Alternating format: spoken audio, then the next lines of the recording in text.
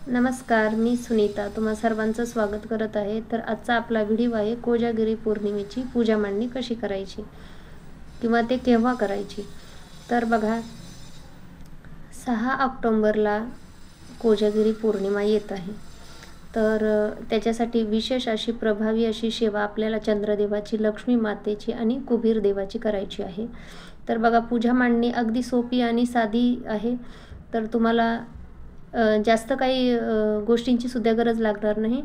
इथं मी बघा तांब्या घेतलेला आहे, त्याच्यावर अशी स्वस्तिक काढून घेतलेली आहे। कलशामध्ये नंतर अक्षता आणि 1 रुपयाचं नाणं, सुपारी टाकलेली आहे आणि असं याच्यावर नारळ नाही ठेवायचा, असाच ठेवायचा आहे। त्याच्यावर आंब्याच्या पानाचा ढगळा ठेवायचा किंवा ते नसतील 5 पानं असली तरी सुद्धा चालेल।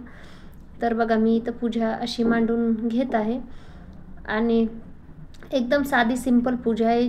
ह्या गोष्टी आपल्याकडे सर्व काही उपलब्ध असतात आणि ही पूजा संध्याकाळच्या 11:30 वाजता करायची आहे। ही पूजा खूप प्रभावी आणि शक्तिशाली अशी पूजा आहे चंद्रदेवाची, लक्ष्मी मातेची आणि खूप प्रभावशाली आहे। तर तुम्ही सुद्धा हे करा।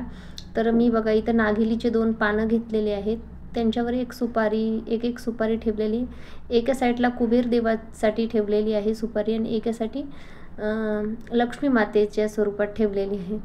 तर आणि समोर सफेद तांदळाचा अशी चंद्रदेवाची प्रतिमा काढलेली आहे। त्याच्यावर 1 रुपयाचा नाणा किंवा तुमच्याकडे सोन्याचा कॉइन किंवा चांदीचा कॉइन असला तरी पण चालेल, तुमच्याकडे जे असेल ते ठेवा, नसेल तर 1 रुपया ठेवला तरी सुद्धा चालेल।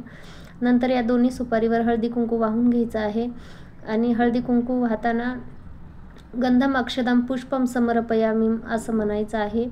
हे कुबेर देवा, मी तुला गंध अक्षदा पुष्प वाहत आहे। परत लक्ष्मी मातेला सुद्धा तसंच म्हणायचं आहे, हे लक्ष्मी माता, मी तुला गंध अक्षदा पुष्प वाहत आहे, समर्पयामी असं म्हणून शिनी गंध अक्षदा वाहायच्या आहेत देवीला।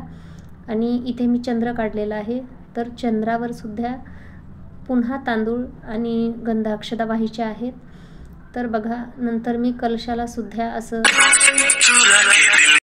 तर बघा मी अशी पूजा करून म्हणजे पूजा मांडणी करून घेतलेली आहे। नंतर माझ्याकडे ही जपाची माळ आहे, ही लक्ष्मी मातेच्या असं पानावर मी अशी ठेवलेली आहे।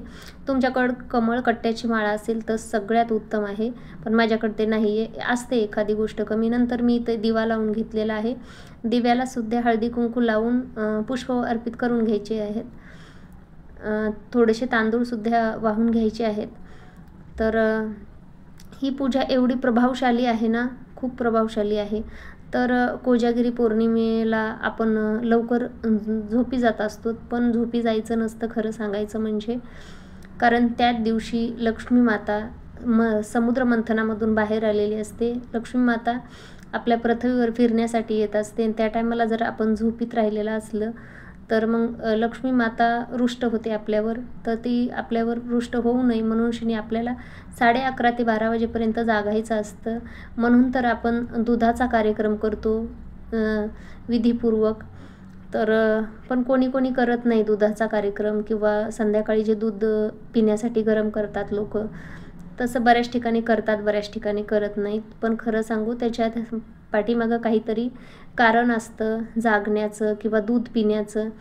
चंद्रासारखं पांढरशुभ्र दूध आपण पित असतो, तर त्याच्यातनं सुद्धा बराच काही परिणाम होत असतो आपल्यावर, म्हणूनच आपण दूध पित असतो ते। तर बघा आपल्याला त्या दिवशी लवकर झोपायचं नाही आहे, 11:30 वाजेपर्यंत जागायचं म्हणजे जागायचं आणि ही पूजा 11:30 वाजताच करायची आहे। माझा